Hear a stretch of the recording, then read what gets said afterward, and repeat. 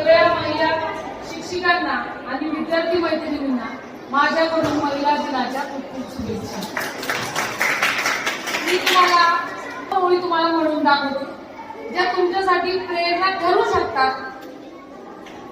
कवितेच्या 2 ओळी म्हणजे ती प्रार्थना म्हणू शकतो आपण. एका चित्रपटात जे आहे पिक्चर मध्ये म्हणू शकतो. या विश्वाची आम्ही लेकरे, या विश्वाची आम्ही लेकरे, हे गगना आम्हाला नवे रंग दे, हे गगना आम्हाला नवे रंग दे, नवे अर्थ दे अन नवे शब्द दे, नवे अर्थ दे अन नवे शब्द दे, दे हृदयाला क्षितिजाची आस रे, या विश्वाची आम्ही लेकरे, हे गगना आम्हाला नवे रंग दे, हे गगना आम्हाला नवे रंग दे, हे गगना आम्हाला नवे रंग दे. गगना म्हणजे आकाश. आपलं आकाश किती विस्तृत आहे बघा बरं वरती सगळ्यांनी. त्या आकाशाचा थांगपत्ता आपल्याला लागत नाही.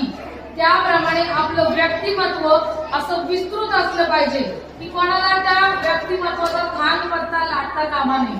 म्हणजे सांगण्याचा उद्देश की आपल्यामध्ये सगळ्या क्षमता आपण विकसित केल्या पाहिजे. आता तुम्ही विद्यार्थी दशेत आहात तर तुमच्या विद्यार्थी दशेतल्या तुम्ही सगळ्या क्षमता तुम्ही अंगीकृत केल्या पाहिजेत. आज महिला दिनानिमित्ताने या सगळ्या महिलांचा सन्मान देशामध्ये केला जातो आणि आपल्याला महान अशा महिलांची माहिती आहे. सगळ्यात पहिल्यांदा हिंदवी स्वराज्याची स्थापना करणाऱ्या शिवाजी महाराजांच्या आई जिजामाता, त्याच्यानंतर सावित्रीबाई फुले ज्यांनी मुलींची शाळा काढली. आपल्या भारताच्या महिला राष्ट्रपती कोण आहेत आता सध्या? या सुद्धा एक महिला आहे बघा. इतका मोठा देश राष्ट्रपती पदावर चालवणे ही सोपी कामगिरी नाही. त्याच्यामुळे त्या किती कर्तृत्वाने त्या कामगिरी बरोबर याचा आपण अंदाज करू शकतो.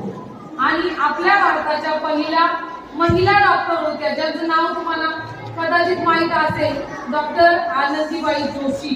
बघा त्यांचा जन्म ज्यावेळेला झाला त्यावेळेला भारतातली परिस्थिती अशी होती की मुलींना घराच्या बाहेर सुद्धा जाऊ देत नव्हते. पण त्यांनी परदेशात जाऊन डॉक्टरकीचं शिक्षण पूर्ण केलं आणि त्या परदेशात